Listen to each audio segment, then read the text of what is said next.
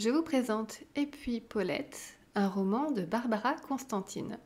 Le lien pour retrouver le livre que je vous présente est disponible dans la description juste en dessous de cette vidéo. Résumé. Ferdinand vit seul dans sa grande ferme vide et ça ne le rend pas franchement joyeux. Un jour, après un violent orage, il passe chez sa voisine avec ses petits-fils et découvre que son toit est sur le point de s'effondrer. À l'évidence, elle n'a nulle part où aller. Très naturellement, les Lulus lui suggèrent de l'inviter à la ferme. L'idée le fait sourire. Mais ce n'est pas si simple. Certaines choses se font, d'autres pas. Après une longue nuit de réflexion, il finit tout de même par aller la chercher. De fil en aiguille, la ferme va se remplir, s'agiter, recommencer à fonctionner. Un ami d'enfance devenu veuf, deux très vieilles femmes affolées, des étudiants un peu paumés, un amour naissant, des animaux. Et puis Paulette. Chronique littéraire. Et puis Paulette est un roman de littérature française. L'intrigue se déroule dans un petit village français. On découvre dans un premier temps Ferdinand, un homme veuf de 70 ans. Sa femme est décédée quelques années auparavant. Sa grande ferme lui semble bien vide depuis que son fils Roland a déménagé avec sa femme Mireille et leurs deux enfants, Lucien dit Petit Lu, 6 ans, et Ludovic, 8 ans, appelés les Lulus. Citation. Au fait, si un jour il devait raconter à quelqu'un ce qu'il a ressenti après le départ des enfants, il dirait sûrement qu'une fois la dernière valise chargée, les derniers baisers donnés aux petits et la porte refermée, un grand trou s'est creusé sous ses pieds. Un trou noir, plus profond qu'un puits. Et que le vertige qui l'a envahi à cette seconde ne l'a plus lâché depuis. Il fera partie intégrante de sa vie désormais. Il l'a bien compris. Mais il y a peu de chances qu'il parle un jour de ça. Pas son truc de se mettre à poil devant qui que ce soit. Marceline, c'est sa voisine. Il ne la connaît pas plus que ça. Jusqu'au jour où il a failli écraser son chien. Elle l'avait ensuite invité à entrer prendre un verre pour le remercier. Citation. Tout en retournant à sa voiture, Ferdinand essaye de mettre bout à bout ce qui vient de se passer. Il y a cette dame qui a failli mourir asphyxiée, qui vit dans cette toute petite maison, à 2 pas de chez lui, depuis des années. Il a dû la croiser des centaines de fois sur la route, à la poste, au marché, ne lui a parlé qu'à peine du temps qu'il faisait, de ses récoltes de miel. Et là, paf, il rencontre son chien, enfin sa chienne, mais s'il ne s'était pas arrêté sur la route tout à l'heure pour la ramener, elle serait sûrement morte à l'heure qu'il est, cette Madame Marceline, et il n'y aurait eu personne pour s'en soucier. Ferdinand se rend compte que cette voisine, qu'il ne connaît que très peu, est la dame qui vend son miel et ses fruits et légumes sur le marché. Lorsqu'une violente tempête démolit la toiture de la maison de Marceline, Petit Lu et Ludovic, les petits-enfants de Ferdinand, arrivent à convaincre le vieil homme de proposer à sa voisine de l'héberger, au moins le temps qu'elle puisse se retourner. Après moultes hésitations, Marceline accepte. En un tour de tracteur, ses maigres affaires sont rapatriées dans la ferme de Ferdinand. Guy, lui, vient de perdre sa femme Gaby. La solitude lui pèse. Depuis le décès de sa femme, il sombre dans une profonde mélancolie.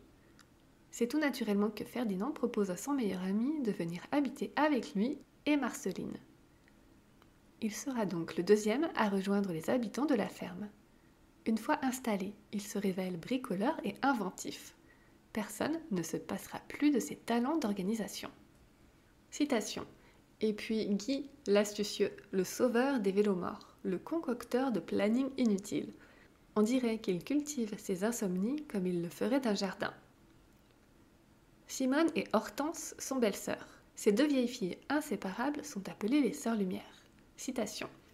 Et puis Simone, qui fait sa cheftaine, juste parce que c'est la plus jeune des deux et qu'elle tient encore la forme. Énervante. En même temps, tout ce qu'elle fait, c'est pour Hortense. Ça part d'un bon sentiment. On ne peut pas lui en vouloir. Elle a tellement peur de la perdre, la pauvre. Sûr et certain que le jour où ça arrivera, elle se laissera mourir, direct. Rien ne la retiendra plus. C'est comme ça quand on passe autant d'années collées à quelqu'un. On n'a plus de vie personnelle. Elles se connaissent depuis de très nombreuses années et vivent ensemble depuis 70 ans. Il se trouve que le neveu d'Hortense veut récupérer la maison où vivent les deux dames, pour la revendre. Elle se retrouve donc menacée d'expulsion. Et la santé d'Hortense fait également du souci. Citation. C'est le neveu d'Hortense, il veut récupérer la maison pour la revendre. Il a un peu le droit, elle l'a mis sur son testament, mais normalement il doit attendre leur décès à toutes les deux. Devant le notaire, il était d'accord, et c'est ce qui a été convenu. Sauf que maintenant, comme il est pressé, il dit avoir signé des papiers pour que Hortense soit internée, à cause de ses problèmes de mémoire. Il emploie bien le mot Alzheimer, pour les terroriser complètement. Et bien entendu, ce n'est plus qu'une question de jours avant qu'ils viennent la chercher. Donc Simone va devoir se manier le cul pour trouver un endroit où crécher si elle ne veut pas finir à la rue. Texto ce qu'il leur a dit, le petit con. Ferdinand se concerte avec ses colocataires et voilà les sœurs Lumière installées elles aussi à la ferme. Plus tard, la ferme accueillera aussi Muriel, une jeune fille sans domicile.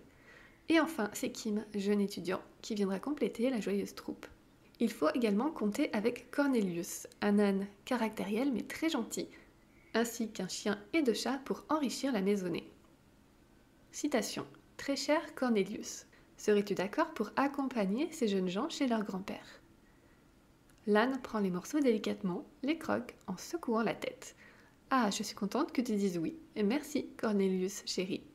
Les enfants se regardent, bluffés. Ils ne savaient pas que les ânes comprenaient aussi bien les mots. Citation. C'est un âne très indépendant, qui entre et sort quand il veut de son box, fait le tour de la ferme, passe beaucoup de temps à étudier la façon d'ouvrir les portes et les barrières, surtout celles qui mènent au potager.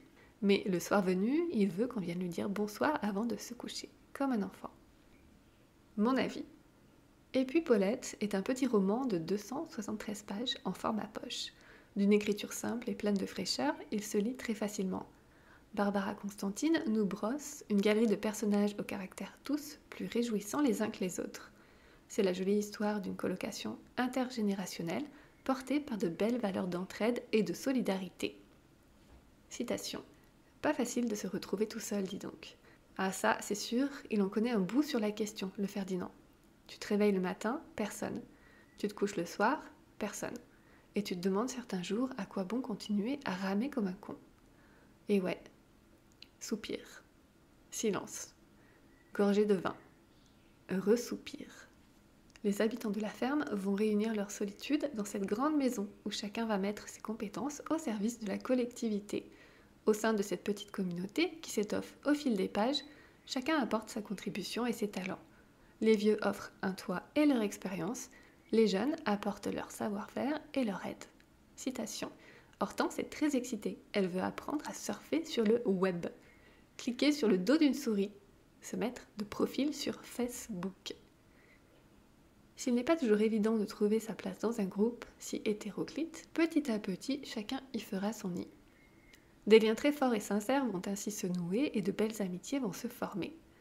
L'auteur aborde de très nombreux thèmes dans ce petit roman. De ce fait, ils sont tous un peu survolés. On y parle en toile de fond des personnes âgées, de leurs conditions de vie et aussi de la mort et des relations avec la famille. D'autres thèmes sont abordés tels que l'amitié, l'entraide, les taquineries et aussi des petits soucis du quotidien, l'organisation du foyer ou encore la répartition des tâches. L'histoire est émouvante sans toutefois verser dans le mélo. D'aucuns trouveront que les personnages manquent un peu d'épaisseur. Certains diront que l'histoire est un peu tirée par les cheveux à certains moments, mais les chapitres sont courts et efficaces et on tourne les pages à la rencontre des nouveaux arrivants qui débarquent avec plein d'anecdotes amusantes et touchantes. En bref, ce roman est une bouffée d'oxygène, un moment de grâce réuni autour de belles valeurs. Certains pourront dire que ça déborde de bons sentiments, avec un côté « tout le monde est beau, tout le monde est gentil ». En fait, on aimerait tous tellement que cette histoire soit vraie. Ça fait du bien de s'évader dans une bulle de bienveillance où les personnages sont solidaires, font attention aux gens autour d'eux, le temps de quelques pages. Alors, ne boudez pas votre plaisir et plongez au cœur de ce message d'espoir qui vous offre une parenthèse de bonheur. Et puis, en refermant le roman, nul doute que vous aurez envie de fredonner cet air chanté par Yves Montand. Quand on partait de bon matin, quand on partait sur les chemins, à bicyclette, nous étions quelques bons copains. Il y avait Fernand, il y avait Firmin, il y avait Francis et Sébastien. Et puis Paulette. Merci beaucoup d'avoir écouté cette chronique jusqu'au bout. J'espère qu'elle vous a plu et qu'elle vous a peut-être donné envie de découvrir ce livre. Avez-vous déjà lu ce roman? Qu'en avez-vous pensé? Je vous invite à laisser vos avis en commentaire juste en dessous de cette vidéo. Je serai curieuse de connaître votre avis sur cette lecture. En attendant, je vous dis à très vite pour une nouvelle vidéo J'ai lu.